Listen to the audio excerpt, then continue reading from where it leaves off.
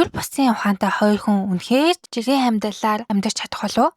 Кобото Жогоро бол нууцыг илүүлэх авьяасаасаа болоод бусдад ялгарлагдахаас залхсан маш хурц ухаантай ахлах сургуулийн сурагч. Үүнээсээ болоод тэрээр өөртөө нэгэн амлалтыг өгнө. Жирийн амьдралаар амьдрах. Жогоро өөртөө яг ижил амлалт өгсөн Осана Юкитэй нэгдэн хамтдаа бусдын анхаарлыг татахгүй байж олон нийтийн дунд жирийн нийгмийн дуусгыг хичээцгэн.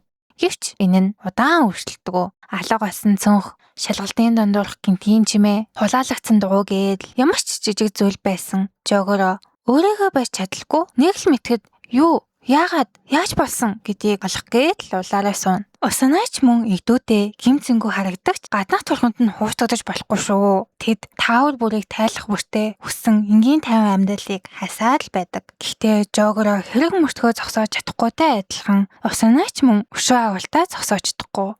Ёносава Хонобугийн зохиолоос сэтэлсэн Шошимин сэгис араасаараа эхний үйлрлийн төгсгөл нь нээх таалагдаагүй болохоор 2 дугаар үйлрэл нь гасны ямаа да.